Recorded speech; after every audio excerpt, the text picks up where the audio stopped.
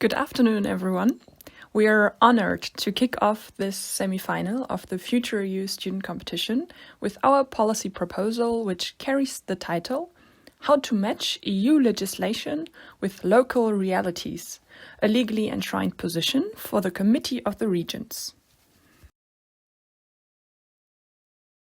We are Neslian Altun and Elena Schulz-Rutenberg, and we both study public policy at different universities. I studied at the Hertie School, and Elena is a student at Sciences Po.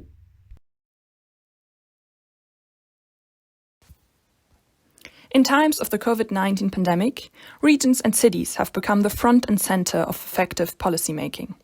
It is there where politicians explain the rapidly changing decisions to the citizens, and it is there where the measures are implemented in accordance with local realities. But this is not only true in states of emergency like the one we are experiencing now. Many of the central challenges of our time, such as climate change, digitalization, or socioeconomic inequality, have a strong territorial dimension and demand regionally differentiated solutions.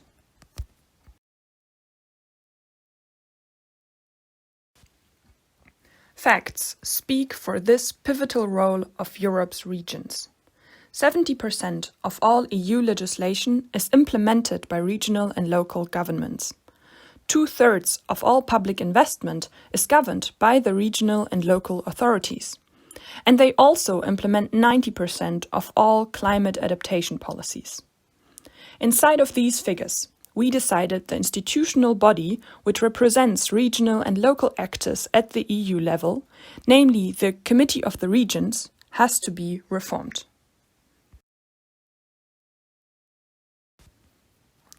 What is the committee's current standing within the EU's institutional framework? The treaties assign it two main functions. First, it is used as a source of expertise in the EU legislature.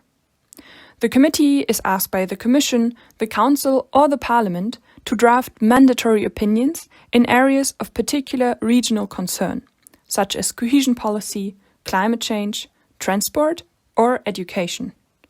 Above that, the EU institutions can demand voluntary consultation if they deem it necessary. And finally, the committee can intervene through own initiative opinions. The second main function of the COR is to act as guardian of subsidiarity. Since the adoption of the Lisbon Treaty, the committee has the right to institute proceedings before the Court of Justice to ensure compliance with the subsidiarity principle. It can do so when a legislation has already been adopted, that means ex post. Moreover, what is an important task of the committee but remains barely formalized is its contribution to the impact assessments carried out by the Commission. Impact assessments are evaluations of different policy options which help to determine the added value in the pre-proposal phase.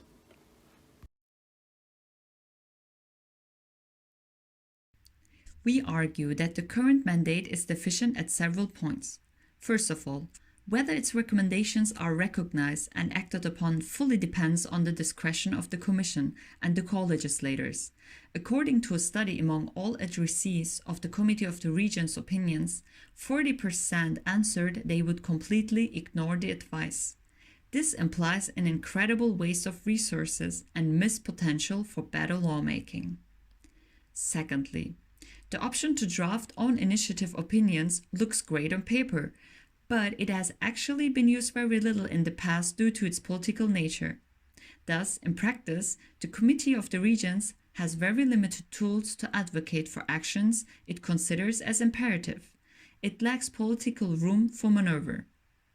Thirdly, the committee faces a time disadvantage in the legislative procedure.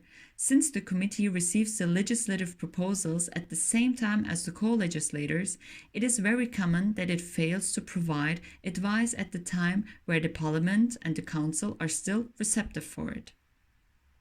Fourthly, even though the Committee of the Regions is occasionally asked by the Commission to take part in its impact assessment procedure, this contribution is insufficiently formalized and again depends on the discretion of the Commission. And lastly, the right of referral to the European Court of Justice for judicial review of a legislative proposal only allows the committee a true monitoring of the subsidiarity principle after the legislation has been already adopted. Hence, what is absent is a formalized ex ante scrutiny. Our proposal aims at tackling these shortcomings.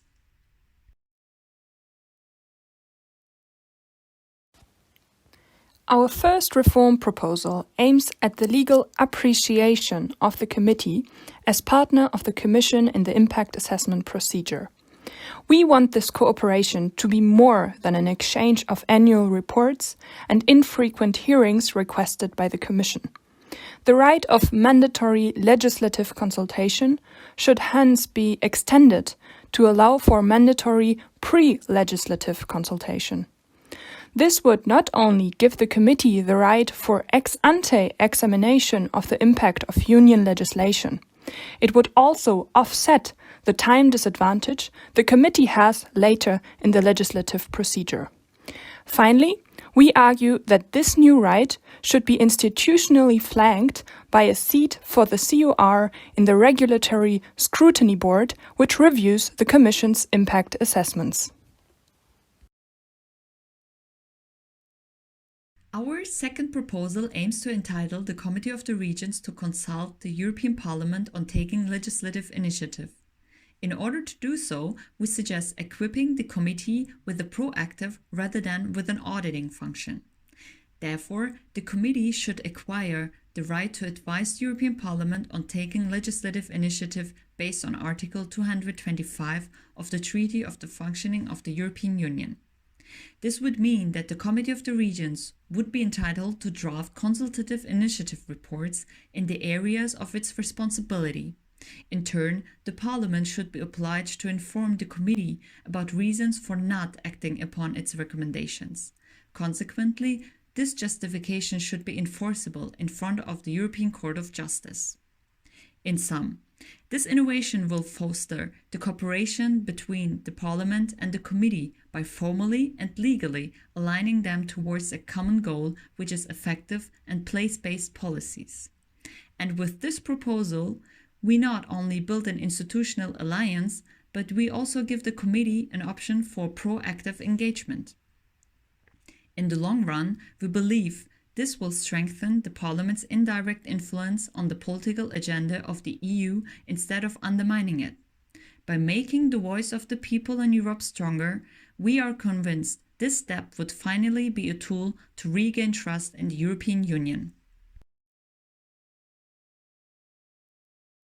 To conclude, we propose a two-tier reform.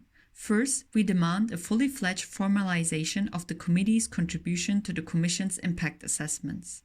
Secondly, we want to endow the Committee of the Regions with a pioneering option for a proactive engagement in alliance with the European Parliament. With these two ideas, we unite the consultative and the political representative role of this body.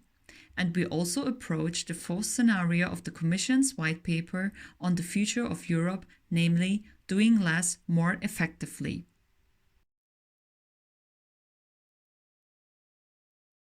What sets our proposal apart is that it is realistic, it is proportional, it is proactive, and it is needed now.